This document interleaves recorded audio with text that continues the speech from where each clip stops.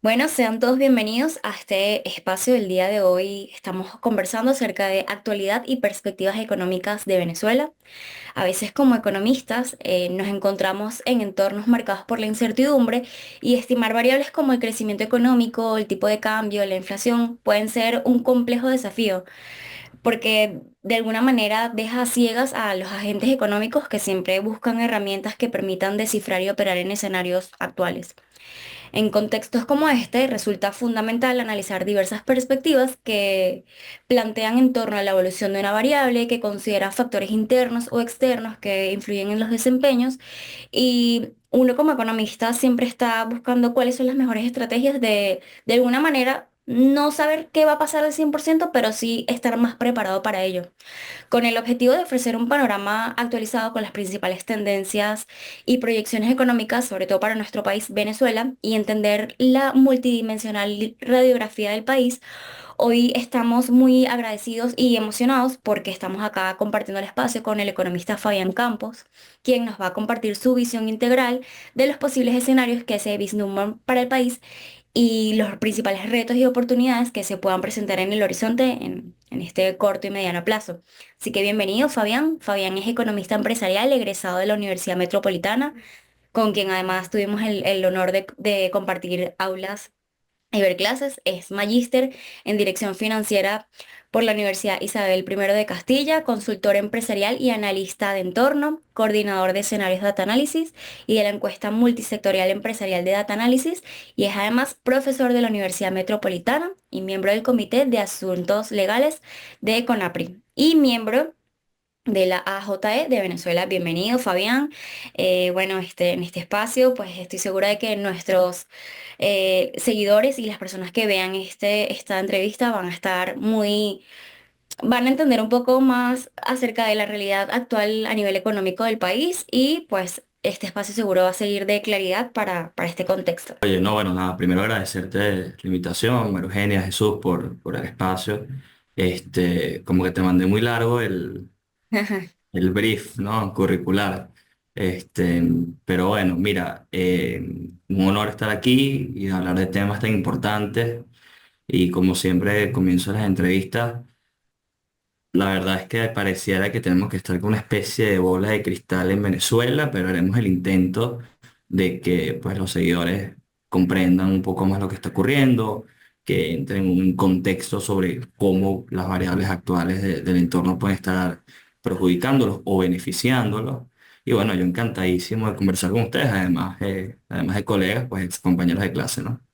Antes de hablar sobre las perspectivas del 2025, o ya de lo que queda del 2025, porque este año ya ha pasado en 5 segundos, metió ya 3 meses, hagamos un repaso Especialmente. sobre lo sucedido el año pasado.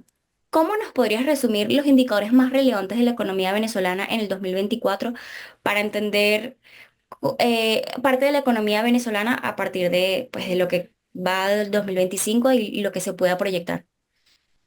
Bueno, fíjate, el 2024 se caracterizó por un año particular, porque hay que comenzar diciendo que era año electoral y en todos los países del mundo, no solo Venezuela, somos pioneros en eso.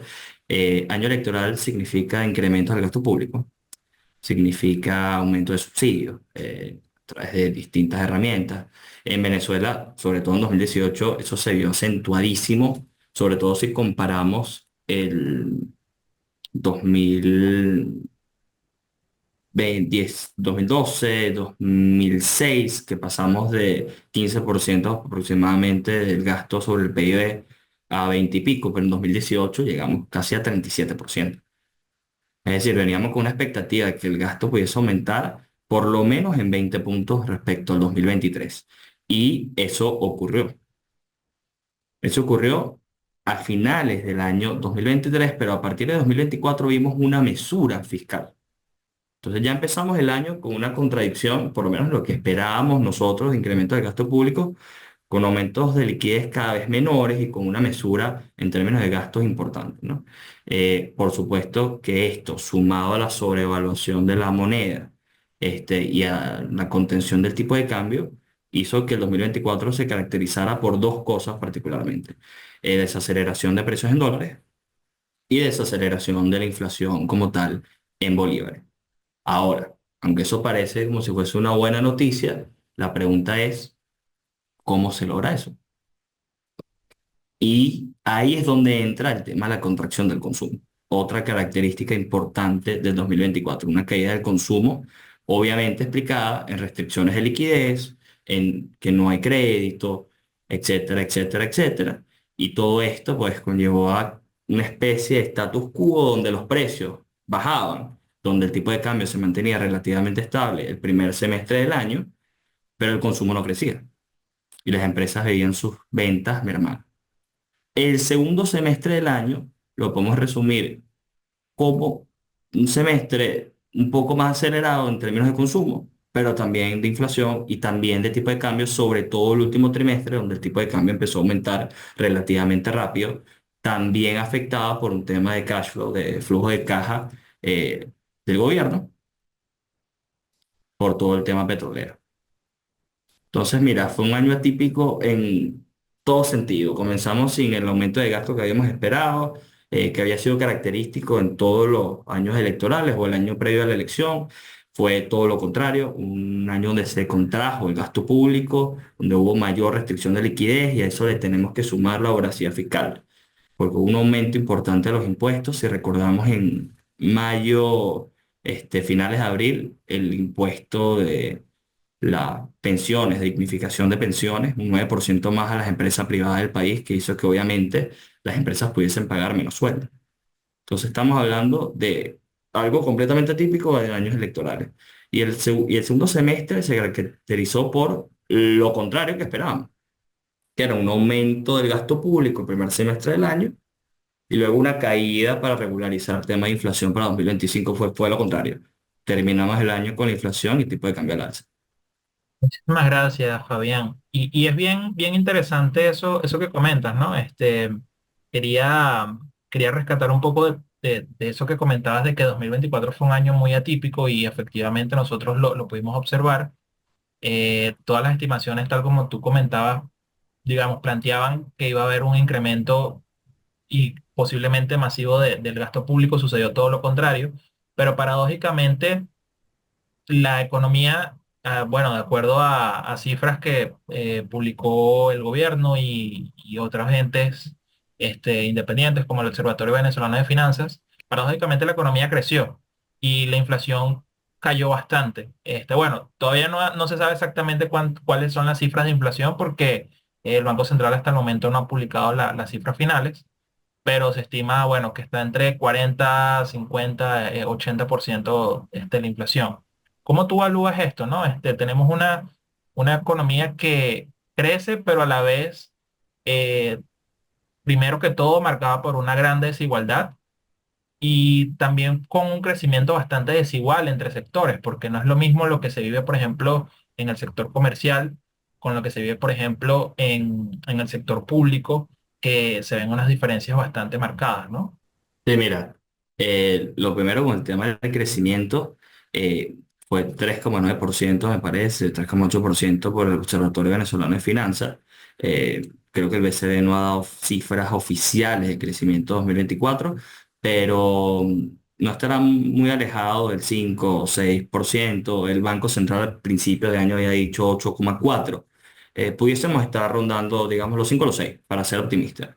Pero si nosotros consideramos esa tasa y la proyectamos, un crecimiento constante del 5 o 6%, estaríamos recuperando el tamaño de la economía de 2013 para el año 2048-49.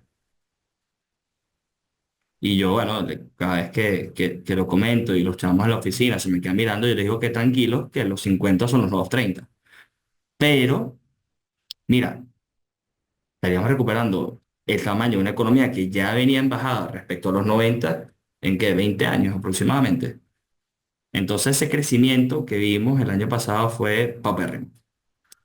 Paupérrimo porque en economía, con el rebote técnico, lo normal es que las tasas de crecimiento sean lo suficientemente grandes, como pasó, por ejemplo, en el 2003. En el 2003, con el cierre y la huelga petrolera, la economía de Venezuela cayó 18%. 18, 19%, pero el crecimiento 2004 que fue simplemente abrir el chorro y prender las computadoras, fue aproximadamente del 20-21%. Es decir, cuando hay una caída tan estrepitosa, lo normal es que los rebotes sean altos. Eso no ha sucedido porque las políticas económicas en Venezuela no han ayudado. Ahora, sobre cómo valorar, obviamente mejor crecer que no crecer, pero es que el movimiento normal de una economía que ha llevado una contracción de tres cuartas partes de su Producto Interno Bruto de 2013 debería ser muchísimo mayor y muchísimo más dinámico de lo que ha sido. Entonces, la pregunta es, ¿ese crecimiento permea en los sectores más vulnerables de la población? La verdad es que no. Pero por supuesto que crecer siempre es una buena noticia. Ahora, con el tema de inflación, cerramos un 80%. El Banco Central no ha dado todavía cifras oficiales. Lo que estamos viendo es que cada vez la curva de inflación se hace más asintótica. Se hizo un extraordinario trabajo en 2019-2018, al menos a mi juicio, para contener los precios. Estamos hablando de inflaciones de 1.000.000%, y se ha bajado después de 2019 a miles y ahora a una inflación de dos dígitos, lo cual es un trabajo admirable.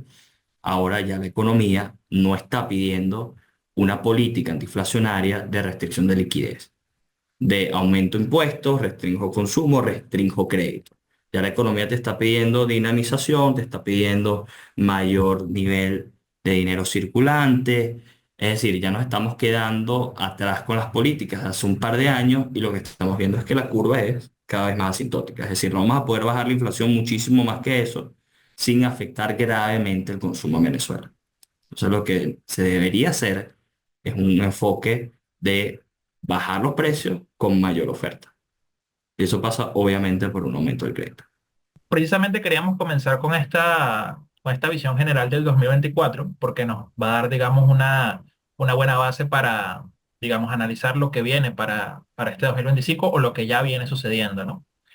Y sin lugar a dudas, el escenario de 2024 es muy diferente al escenario de 2025.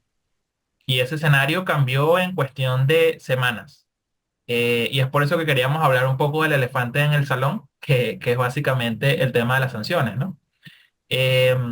Ya lo sabemos, recientemente hubo una revocatoria de la licencia de Chevron, que, bueno, en todo, digamos, esta vorágine de acciones y que un día pasa una cosa, capaz mañana hay algo diferente, una decisión que cambia todo lo que estamos conversando aquí, pero, digamos, sobre la base de lo que está sucediendo en la actualidad, sabemos que hay una decisión de, pues, revocar esta licencia que primero era hasta abril, luego se extendió hasta mayo.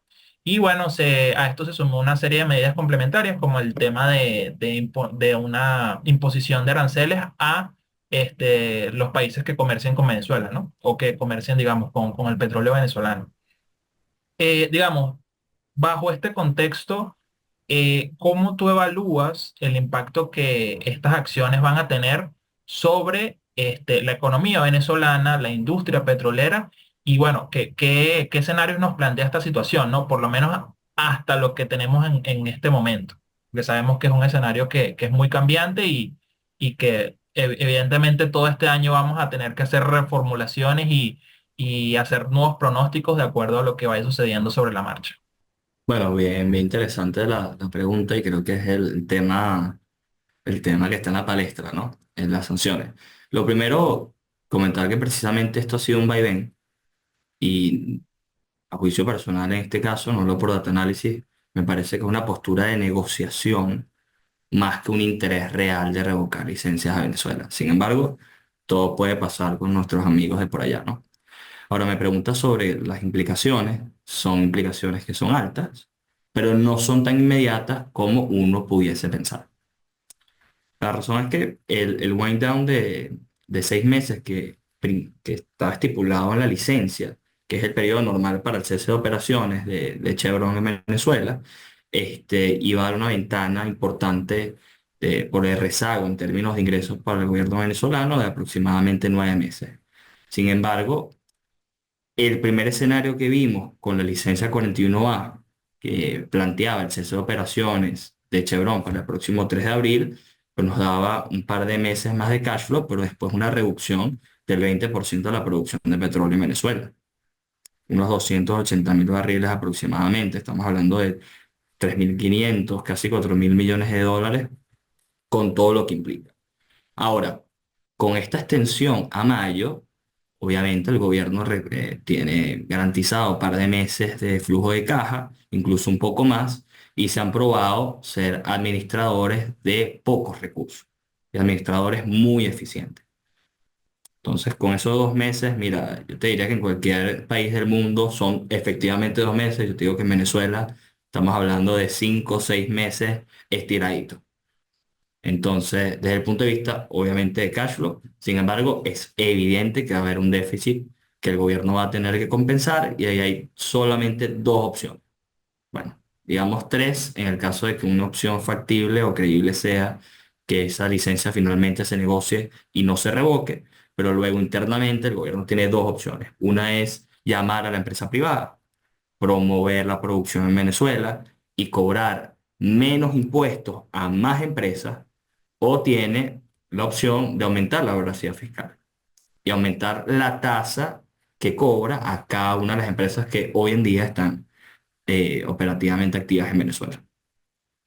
Lamentablemente todo pintaría o parece indicar que va a ser lo segundo, aunque sería lo segundo en caso de que se revoque la licencia. Ahora, que vamos a perder 280.000 barriles diarios de producción si se va a Chevron, falso.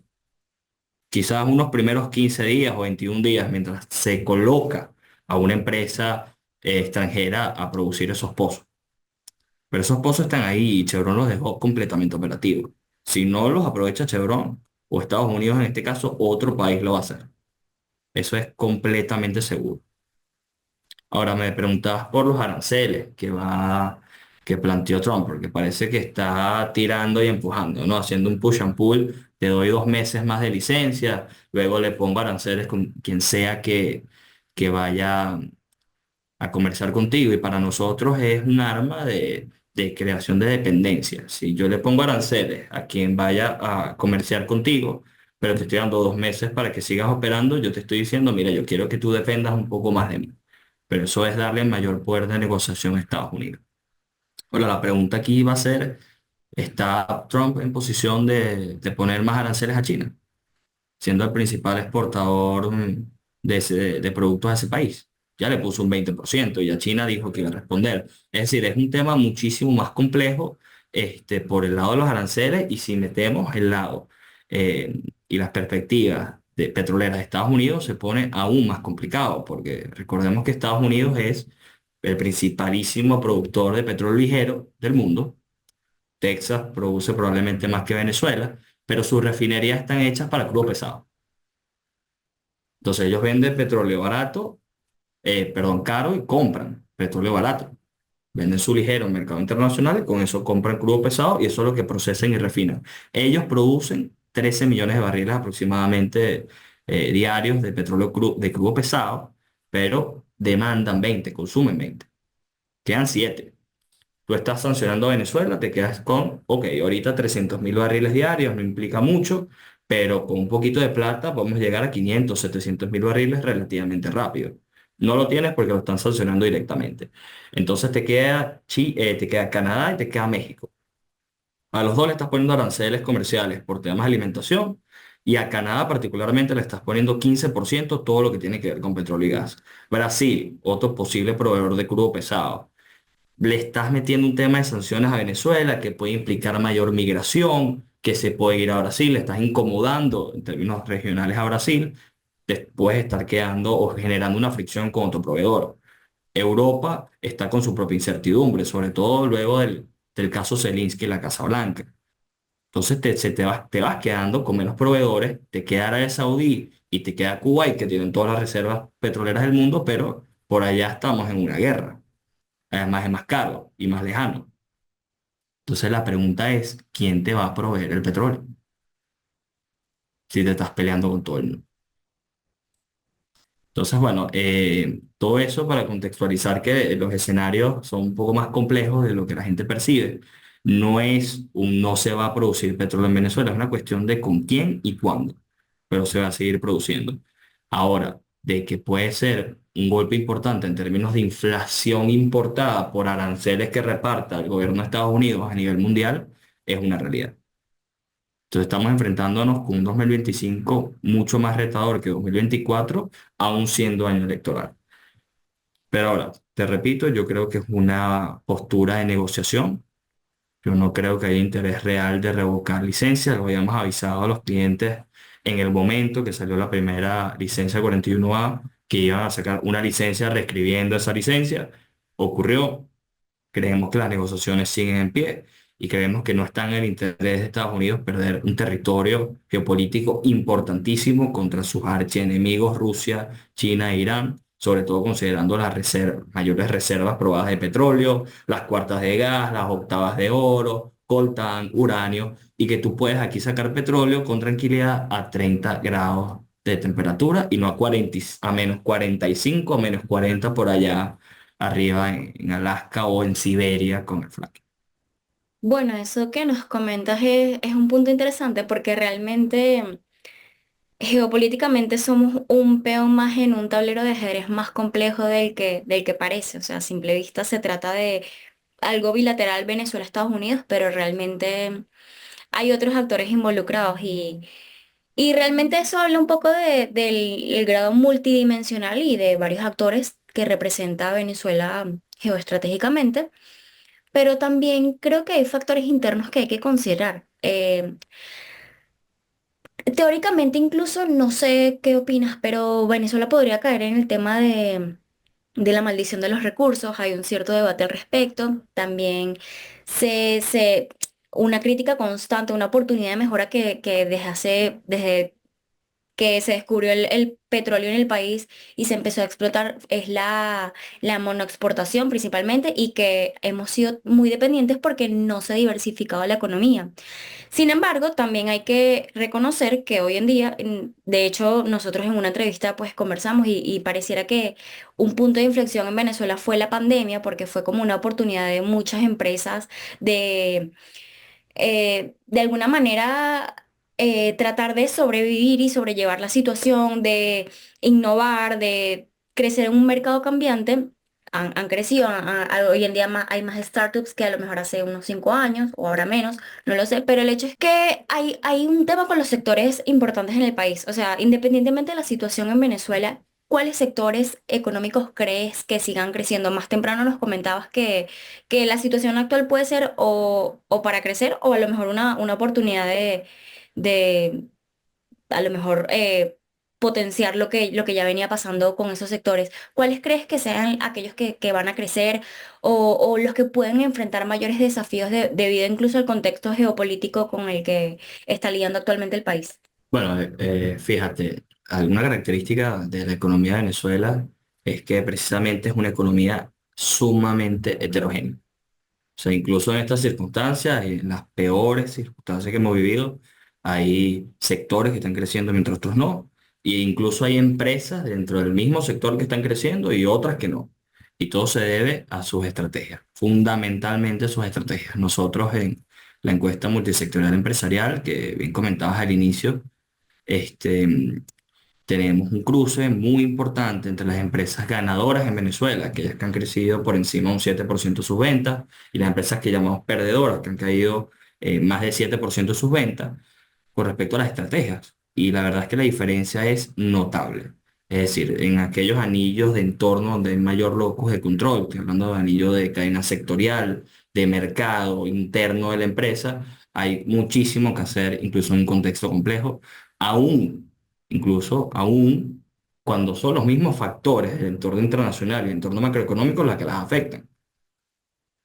Entonces, la diferenciación en las estrategias es fundamental en esta economía. Ahora, hay sectores que tienen mucho impulso, y tuvieron impulso el año pasado, y otros que no, y otros que no. Uno de los ganadores del año pasado fue el sector alimentos, sobre todo la agroindustria.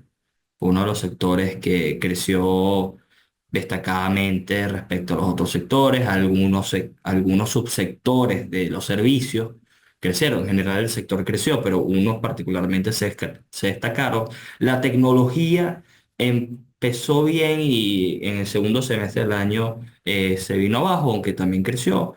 El sector agricría también creció un poco, que se vio bastante afectado, además del sector petrolero, obviamente que con la licencia Chevron fue mejorando, sobre todo los servicios que se prestan, o las empresas de servicios que prestan eh, su actividad a las petroleras. Pero sectores que se vinieron abajo, la construcción que ha estado paralizada y no pudo repuntar en 2024, sí estamos viendo mejoras en las construcciones en 2025, por ejemplo, a raíz de resultados de 2024. Otros sectores que hemos tenido mapeados para este año es el sector de medios de pago. El sector de medios de pago ha estado creciendo. Todo lo que facilite el consumo en Venezuela ha tenido un impulso este primer trimestre. Voy a hablar no de un sector, pero una empresa que prácticamente es un sector, que es Cachea, por ejemplo, que ha tenido un crecimiento inmenso, sobre todo en este primer trimestre del año. También se posiciona importante, y los comercios sí hay muchísima diversidad, al haber muchísimos modelos de negocio, muchas empresas que crecen y otras que no. Pero un sector particular de comercio es todo lo que tiene que ver con insumos médicos. Ahora, sectores que no se puede perfilarse en un crecimiento claro este 2025, ahí yo meto, por ejemplo, el sector salud, que las perspectivas a cierre de 2024 eran positivas. Con esta incertidumbre para el consumidor venezolano no sabemos qué tal, igual con los seguros, igual con la banca. Son sectores que al final de 2024 se perfilan como ganadores en 2025. Hoy no metería mis manos en el fuego por esos sectores. Faltaría ver cómo es el comportamiento y el uso de todos sus servicios este primer semestre con toda la incertidumbre que hay, ¿no? Bueno, hablamos entonces de crecimiento. Dimos todo este vistazo, bueno, sobre cuáles son esas perspectivas de crecimiento de la economía venezolana, cuáles son estos sectores que tú muy bien mencionabas que se perfilan como quizás los más competitivos y otros que quizás puedan salir perdiendo de todo este contexto y bueno, todos estos escenarios que se abren en vista de la situación geopolítica a la cual se enfrenta Venezuela, ¿no? Otra de las variables, ¿no? U otro de los fenómenos económicos que sin lugar a dudas es sumamente relevante para el venezolano de a pie es el tema de la inflación. Y bueno, tú justamente hace algunos segundos mencionabas el tema bueno, ¿no? De cómo desde 2018, 2019 se implementaron esta serie de medidas para contener la inflación que lograron, pues básicamente, reducir la inflación desde cientos de miles, millones, a, bueno, tener una inflación de dos dígitos que es la que se espera o de alguna manera se estima que se registró para el año 2024. Sin embargo, para 2025, vemos que la tendencia decreciente puede de alguna manera interrumpirse. De hecho, las estimaciones más recientes del Observatorio Venezolano de Finanzas apuntan a que la inflación podría cerrar a final de año en 135%, si no estoy mal. Y bueno, eso sin contar digamos, todo el escenario que se ha abierto recientemente, ¿no? Entonces, realmente, pues hemos estado viendo que las nuevas estimaciones de la inflación van más bien hacia el alza, de que Venezuela podría enfrentarse a una inflación de tres dígitos nuevamente en este año 2025. En ese sentido, queríamos preguntarte, ¿qué podemos esperar sobre el comportamiento de la inflación en 2025 basado pues en lo que vienes haciendo desde tu área investigativa y también digamos, la información que posees sobre digamos, estas diversas variables que podrían estar influyendo en la inflación en Venezuela? Mira, no me extrañaría absolutamente nada que llegásemos a una inflación de tres dígitos, sobre todo viendo este comienzo de año. Decía María Eugenia que nos metieron, ¿cuánto? 3 meses en 5 segundos. Bueno, nos metieron una evaluación de 40% en 2 segundos, una brecha cambiaria de 45% en quizás menos.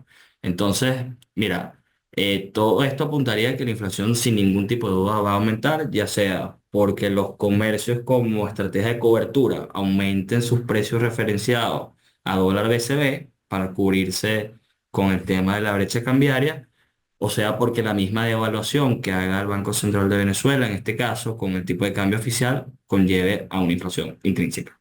Entonces la inflación viene. por A o por B. Y no me extrañaría que llegáramos a una cifra de tres dígitos, ¿no? De hecho, 135, si me preguntan hoy, yo lo firmo. Yo lo firmo. De hecho, la perspectiva es que pueda ser un poco más alta. Sí vale destacar que lo que genera inflación en Venezuela no es per se la devaluación, aunque obviamente sí presiona los precios al alza, sino la volatilidad cambiaria. Y lo que nosotros entendemos por volatilidad cambiaria y como lo medimos en data análisis es los saltos abruptos del tipo de cambio. Eso es lo que afecta las expectativas del consumidor y cuando hacemos la correlación entre la volatilidad cambiaria, es decir, los saltos abruptos que pega el tipo de cambio, no el hecho que suba, este es eso lo que genera inflación fundamentalmente en Venezuela. Y la brecha precisamente es un elemento dinamizador de la volatilidad cambiaria. Entonces esta brecha que ha ido creciendo hasta llegar hoy al 50% es un tema bastante álgido y pudiese aumentar la inflación. ¿Se pudiese corregir? Yo creo que estamos a tiempo. Yo creo que estamos a tiempo de hacer algunas medidas para corregir la inflación, no del primer semestre del año, sino de cara al segundo semestre del año. Pero ese golpe lo vamos a tener que recibir y no se va a poder mantener un tipo de cambio relativamente estable con una inflación baja porque precisamente las políticas pedían un cambio de hace tiempo, cambio que no se efectuó. Y eso es parte de la consecuencia que estamos viendo. El principal afectado a esto, por supuesto, es el consumidor venezolano, consumidor que tiene acceso a bolívares a tasa oficial y que le cuesta cada vez más conseguir dólares o, en este caso, divisas a precio oficial.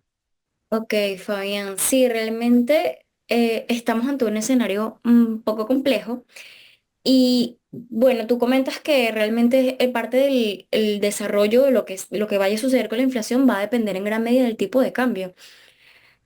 ¿Estamos a tiempo de hacer algo para salvar de alguna manera el tipo de cambio? Ahí, ¿cómo crees que se vaya a desarrollar en los próximos meses, semanas incluso, el tipo de cambio o específicamente estos saltos que nos comentas? Y cómo crees que se comporte la brecha cambiaria?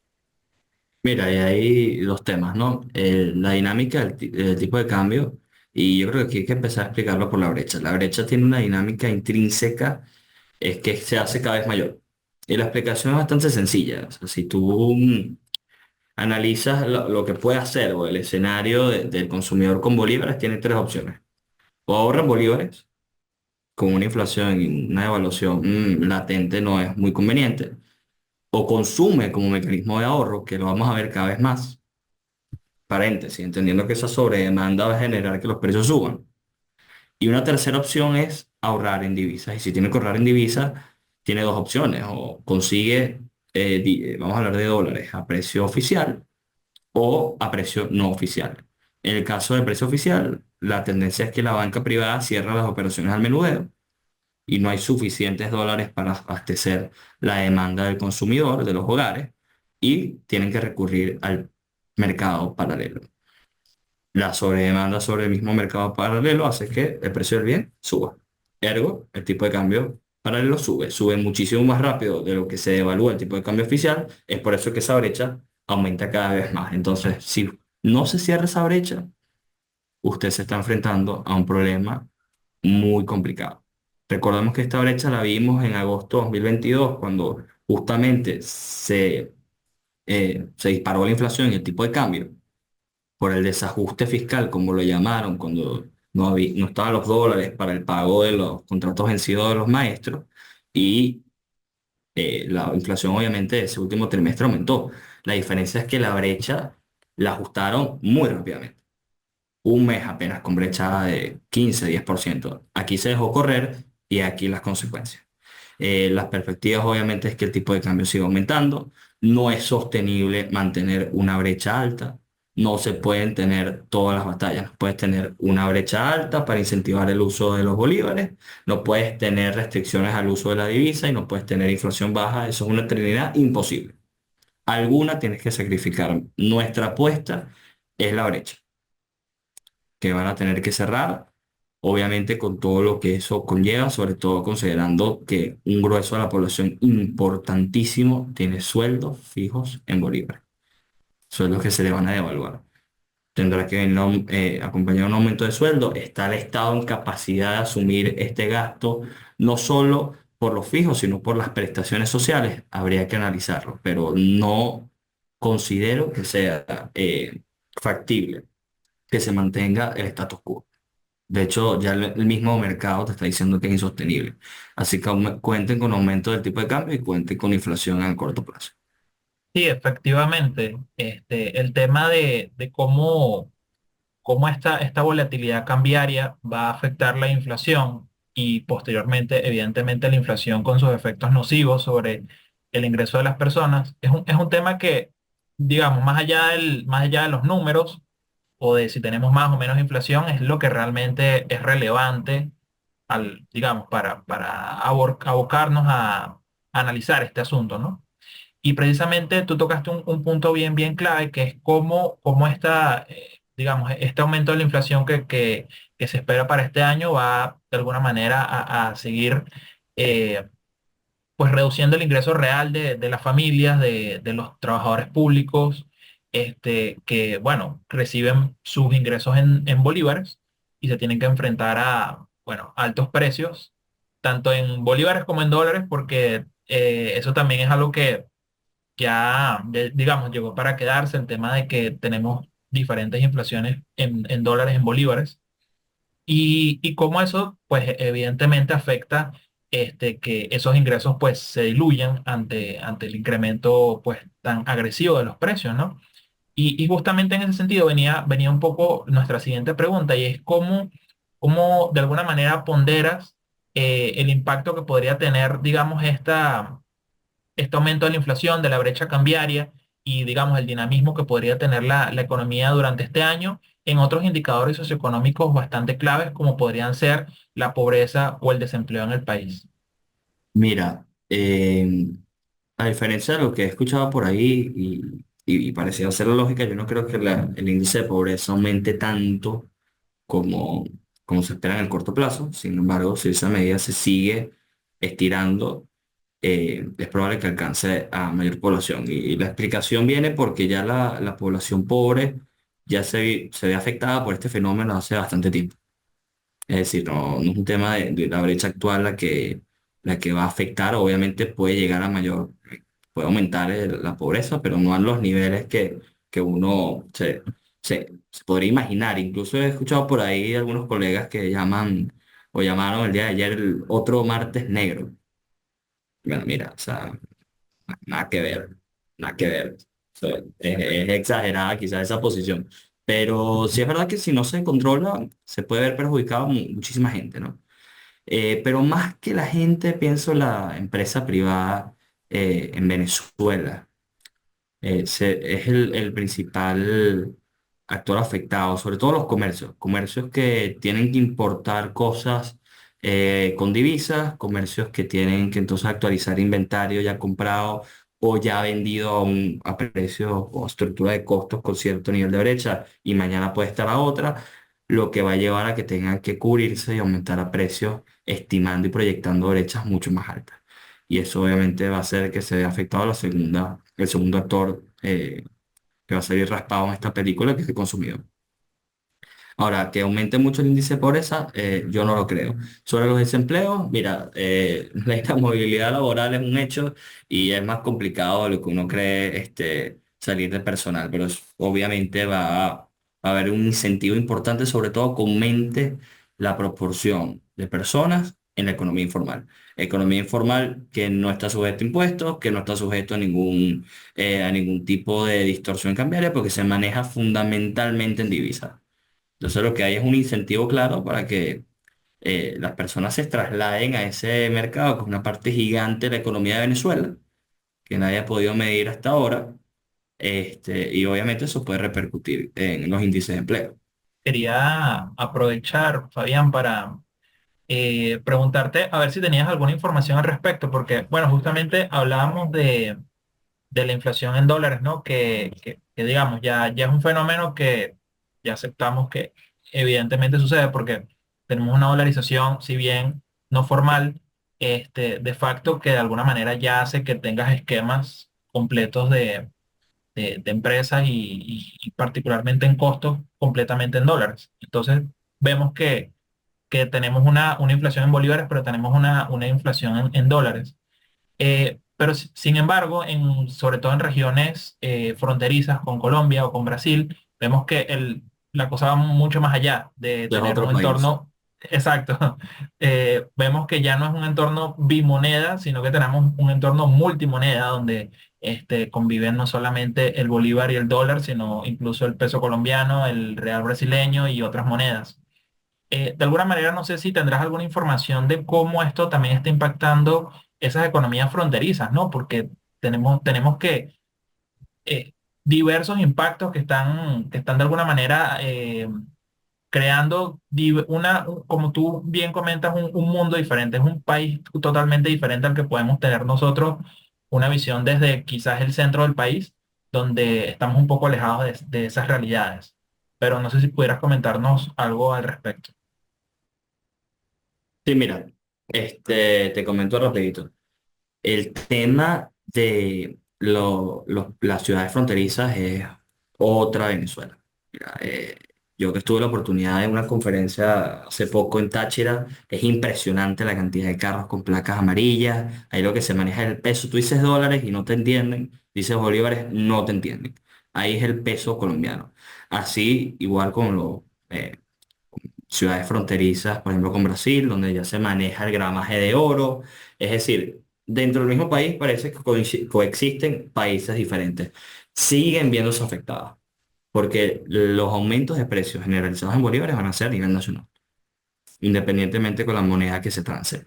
Ahora, se ven unas más o menos afectadas. Diferente Caracas, por supuesto, que San Cristóbal o que Ciudad Bolívar. Son tres mundos completamente diferentes y son, te diría, incluso hasta economías diferentes. Pero ¿qué comparten? Lamentablemente las políticas generalizadas y esta política de brecha cambiaria va a afectar absolutamente a todos, aunque no se use tanto el bolívar como en la capital, el aumento de precios bien. Entonces yo te diría que en este caso ni esas economías se salvan, ni las del oro. Bueno, Fabián, muchas gracias por tu respuesta. También algo que inquieta de alguna manera a la población venezolana y que si bien no está ligado a lo mejor esencialmente a la economía, sí tiene mucho que ver, que es el tema de los servicios públicos. ¿Qué información o cómo consideras que se pueda desarrollar este sector considerando el estado actual de la economía? Los principales servicios públicos, electricidad, transporte, educación, sobre todo servicios de salud. Mira, eso es un casi que un tabú, ¿no? De la economía de Venezuela, porque con los niveles de producción que tenemos pareciera algo inviable, ¿no? Y tiene muchísimos años ya en discusión. Si me preguntas a mí qué haría, yo empezaría por la privatización de la gran mayoría de esos servicios. Yo creo que en lo que tiene que ver manejo de recursos, el privado siempre va a ser más eficiente que el Estado, independientemente del Estado y independientemente del hemisferio. Yo creo en esto, en comparación a todos los países del mundo, sobre todo en Latinoamérica. Entonces yo creería que una solución sería la privatización, pero no tan solo por el tema, o sea, de lo trivial que suena, ¿no? Ese argumento, sino porque tú estás sancionado y tú no vas a poder buscar la plata. Entonces tienes que apoyarte al sector privado para que busque la plata para invertir en esos sectores que son críticos de la economía, porque sin los servicios públicos lo que tenemos es un techo a la producción, importantísimo. Entonces yo creo que la respuesta pasa por allí. Yo creo que es cuestión de canalizar inversiones, eh, incluso mixtas, o sea, no, puede ser una pseudo privatización o una privatización parcial, pero necesariamente tiene que haber un actor privado, sea extranjero, sea local, que ayude a impulsar esto. Bueno, fíjate, tú planteas un tema bien, bien clave, ¿no? Que es el asunto de la privatización. Bueno, creo que tal cual es un tema tabú, es un tema del cual se viene conversando, pero es como, sabes, de esas cosas que todo el mundo sabe que se tiene que hacer, pero de la que nadie habla. Este, pero bueno, también sabemos que este asunto pues no viene sin sus retos, sin sus desafíos, sobre todo a nivel político, y es y es importante, pues, digamos, plantearlo de esa manera. A mi modo de ver, una alternativa que se ha planteado desde, digamos, las políticas económicas de años recientes es el tema fiscal. Y tú también lo mencionabas en una respuesta anterior, ¿no?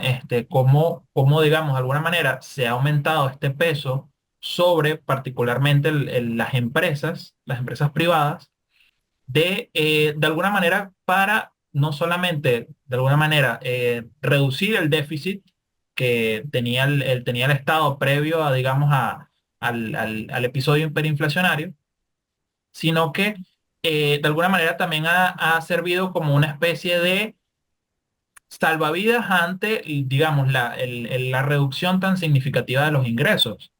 Entonces, en ese sentido, una pregunta que yo sí tenía al respecto es cómo ves este asunto. Justamente muchos gremios como Fede Cámaras, con industria, etcétera, han hablado de que pues, el peso que tiene actualmente el Estado a nivel de tributos es bastante importante. Entonces, ¿cómo tú observas esta situación y cómo de alguna manera el Estado puede jugar con esta variable, de tal manera que el peso no sea tanto, que de alguna manera justamente reduzca esas posibilidades de crecimiento de la economía y lejos de tapar ese hueco fiscal, lo que haga es que lo engrandezca más? Claro, fíjate, el tema fiscal responde a una necesidad de flujo de caja, sobre todo en el corto plazo lo va a hacer. Eh, Ha habido, y como bien señalas, ha ido creciendo el tema de la presión fiscal, sobre todo con la empresa, ¿no? Con la empresa privada. Eh, Aquí yo te diría que la solución salomónica en este caso es apostar por un cambio de enfoque de esa política fiscal. No cobrar más y cada vez más a los mismos que producen o a menos empresas que producen, por ejemplo, sino cobrar menos tasa a más empresas. Es decir, cambiar el juego del precio por el volumen. Tan sencillo como eso. Apostar a un negocio de volumen. ¿Cuántas empresas o cuánto potencial hay de empresas en Venezuela? Versus hasta qué punto me aguantan las empresas actualmente con un tamaño de la economía reducido, reducidísimo, a tasas tan altas. O sea, es una cuenta para mí sencilla, que es una cuestión de mediano plazo, que son inversiones de largo plazo, que va a tomar tiempo, sí, pero es muchísimo más sostenible que aumentar constantemente eh, el impuesto o las tasas impositivas a todas estas empresas. Entonces, mira, yo creo que es una cosa de sentido común y que tenemos el potencial. O sea, tenemos el potencial para tener muchísimas empresas en este país. O sea, ya estamos subutilizando desde el talento humano hasta el capital físico, hasta las tierras. O sea, tenemos un montón de cosas subutilizadas y las que se están utilizando a una capacidad ínfima. Y yo creo que pudiésemos, incluso aumentando la productividad de las empresas actuales, recaudar muchísimo más que siguiendo con los aumentos de los impuestos. Ahora, sí es cierto que la medida de corto plazo es el aumento de la presión fiscal. Y si no se llama la empresa privada y no se dan los incentivos necesarios para que esas empresas empiecen a salir a flote y se vayan pegando más empresas, mira, la cuestión es simple, o sea, la plata la voy a tener que sacar de algún sitio. Y eso es lo que preocupa a muchos de nuestros clientes y es una de las preocupaciones, y creo yo, de todas las personas en el país. Entonces, mira, mi solución, yo sé que suena trivial y suena así a lo cuentico Disney, pero yo creo firmemente en que tenemos el potencial de tener muchísimas más empresas operativas y las que tenemos a un nivel de producción muchísimo más alto, que va a permitir que la recaudación sea muchísimo más efectiva y más sostenible a largo plazo. Fabián, y ahorita comentabas un punto importante, que es la preocupación de los venezolanos. Una de las preocupaciones, y claro, por supuesto que hablar de economía es hablar mucho del tiempo, corto plazo, mediano plazo, largo plazo, y las personas usualmente solemos pensar mucho también en el largo plazo. y en cómo eventualmente mejorar la calidad de vida, tener acceso a más oportunidades y por eso también hemos visto una diáspora venezolana que hasta ahora el país no la había visto. Una fuga, también mencionaste algo de la subutilización de los recursos, incluyendo los recursos humanos. Lastimosamente del país ha habido una fuga masiva de cerebros, de capital productivo, capital humano. Queríamos preguntarte, ¿qué consideras tú que podemos esperar a nivel de migración venezolana este año? Considerando también que ya venimos incluso de un periodo en que más bien muchas personas se han regresado, pero que también las personas que se quieren ir hoy en día se enfrentan a más restricciones, más visados, más trabas para ingresar a otros países. Bueno, mira, definitivamente esto es un factor incidente en la economía. O sea, yo creo que la diáspora, que yo creo que aporta más de lo que resta en otros países. Yo creo que suma mucho más de lo que resta, personalmente, pero es un hecho, ¿no? Y sobre este año, fíjate, las proyecciones es que aumente la diáspora venezolana y lo veíamos sobre todo en los meses postelectorales. Mira, entre 1.500.000 o 2 millones de personas más del país, y eso era una medida bajita. Eh, no creo que se termine de materializar. Cuando preguntamos en las encuestas a nivel nacional de data análisis si estás dispuesto a irte como tal, eh, pues eso va a estar rondando entre 20 y 25% de la, de los que responden la encuesta, y si hacemos todos los ajustes necesarios, estamos llegando a un 10% de la población, un 11%. Este, mira, aquí yo creo que es imposible desligar, o deslindar el análisis de la migración con las sanciones, porque si preguntamos ahorita a los venezolanos por qué te vas del país, quizás encontramos algunos que nos dicen, no, bueno, mira, el tema político, la incertidumbre política, etcétera, ¿no? Pero no es la política la que hace que tú te vayas a un país, es la situación económica, es tu coyuntura económica, es tu calidad de vida, y eso está relacionado y es un factor estrictamente vinculado al económico, aunque pueden entrar otros factores por allí sociales, pero fundamentalmente es una razón económica el hecho de irte del país. O sea, el driver es la economía. De hecho, cuando preguntamos en esta misma encuesta que les comento, más del 80% de las menciones de los venezolanos acusan a un tema económico. Y si las sanciones se han probado ineficientes para su objetivo inicial, que fue el cambio de gobierno, o para el cambio de políticas, y lo que hace es empobrecer a la población, entonces, ¿qué está causando las sanciones? Pues mayor presión de migración, que es una de las críticas que se le ha hecho a Donald Trump. O sea, que el objetivo migratorio y su objetivo pragmático de sanciones, o sea, es mutuamente excluyentes en el corto plazo. Porque precisamente las sanciones generan un malestar económico, es un desincentivo a quedarse en ese lugar y la gente se va. Tan sencillo como eso. Entonces, las sanciones implican, si se llegan a materializar, que de nuevo yo creo que finalmente no se van a dar, pienso que es una postura de negociación, obviamente todo puede cambiar, pero a día de hoy me inclinaría a pensar que esa negociación va viento en popa. Con las sanciones podemos esperar que se vaya, un montón de gente. Quizás no los mismos que 2014, no lo mismo 2017, pero sí, sin duda alguna, va a haber un efecto de migración. Migración que, si no pueden entrar a Estados Unidos, pues irán a países vecinos. He ahí la ambigüedad de Colombia, he ahí la ambigüedad de Brasil, he ahí la ambigüedad de México, algunos de Centroamérica, con el tema de las elecciones en Venezuela. Muchísimas gracias, Fabián. Creo que, bueno, hemos tocado a lo largo de esta conversación diferentes puntos clave. Hablamos sobre el crecimiento económico de Venezuela, hablamos sobre la situación de la inflación, hablamos del tipo de cambio que se espera para los indicadores socioeconómicos clave como la pobreza, el desempleo, hablamos de los servicios públicos, hablamos de la migración. Todos estos, digamos, todos estos factores de alguna manera nos dan una visual bastante clara de cómo estamos en este momento, cómo está la economía venezolana en este momento, pues con toda esta serie de cambios y dinámicas, pues que suceden, como hemos comentado, día tras día, ¿no?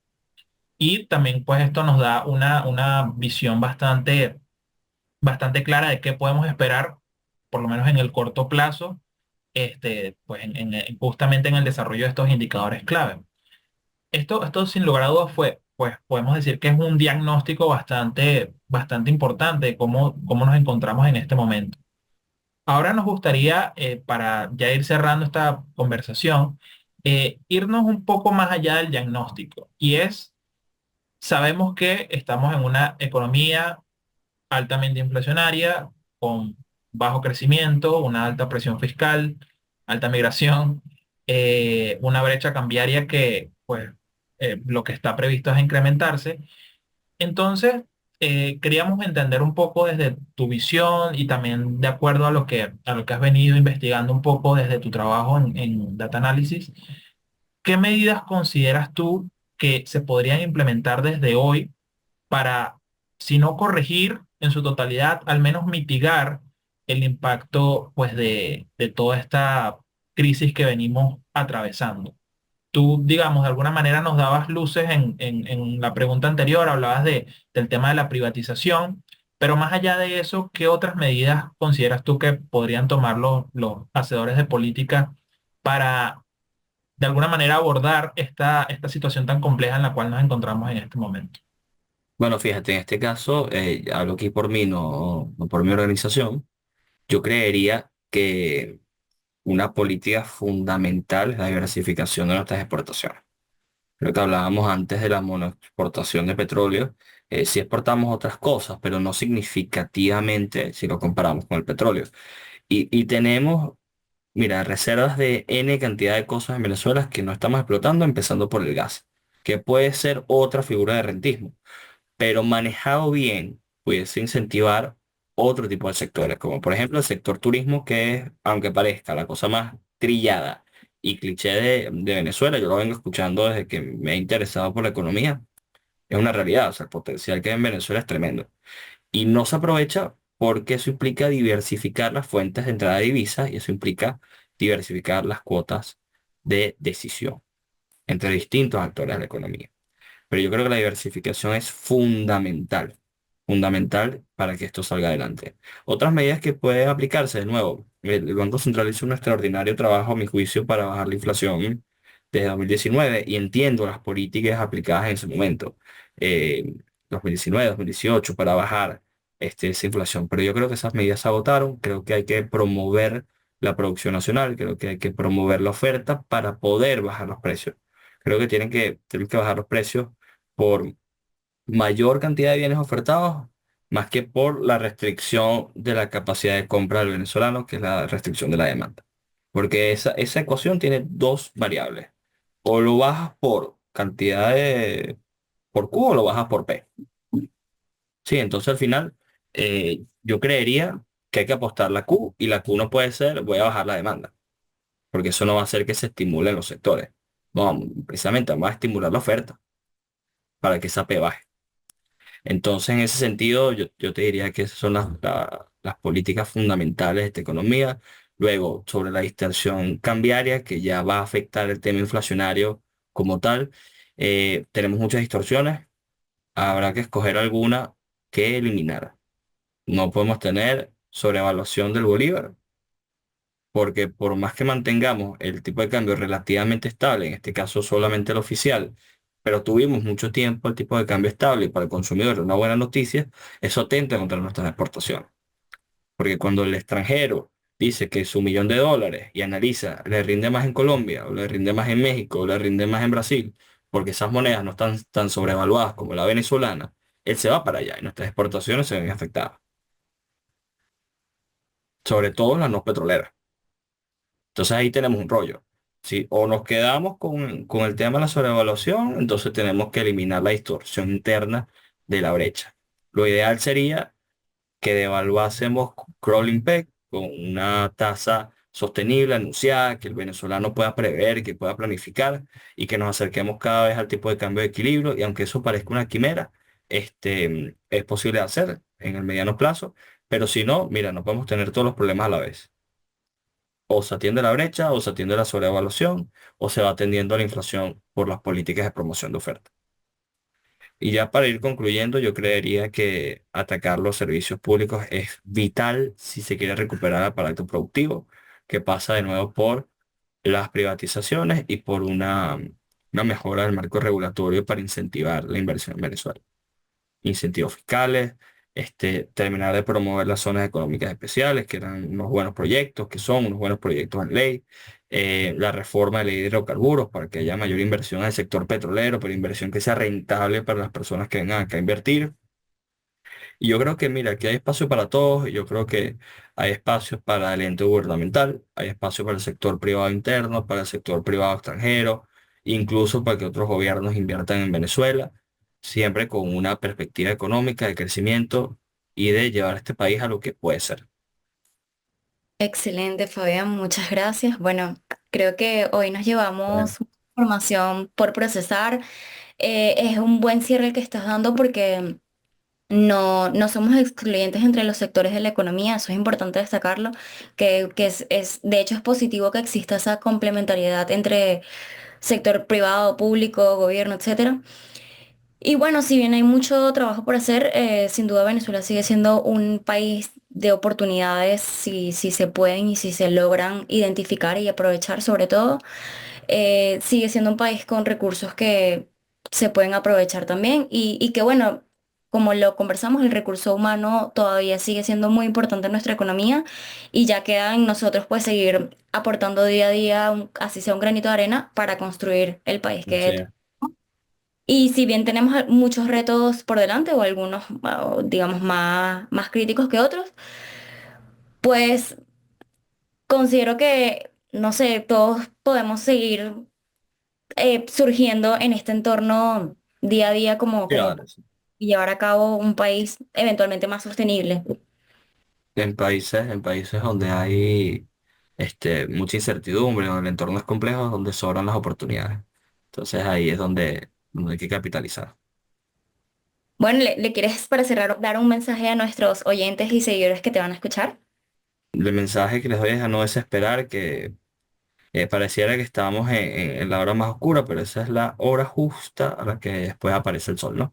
Creo que así más o menos es el refrán. Entonces, hemos pasado por estos altos y bajos. En los últimos años ha sido casi que una montaña rusa y siempre se sale adelante y siempre hay oportunidades. Y Venezuela es tan bondadosa que no importa la cantidad de dificultades que tiene, siempre hay un mejor prospecto para el futuro. Entonces, mira, eh, a perseverar, a no desesperar y a estar atentos a las variables del entorno, sobre todo en la planificación, que es fundamental en esta economía.